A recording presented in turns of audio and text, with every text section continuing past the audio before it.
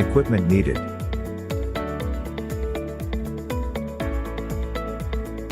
Take out the screws by open the cover of the arm. Pull up the arm until the screw hole is aligned. Fasten the arm with 4 screws, upper and lower side of the arm.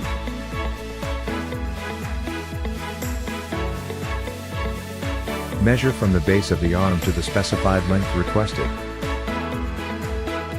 Mark the spot where the cutting should be made. Finish the line around the arm for easier cutting.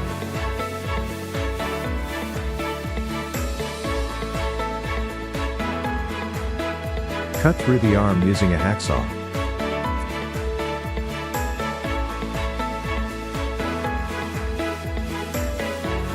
File the sawed-off area to remove any sharp edges.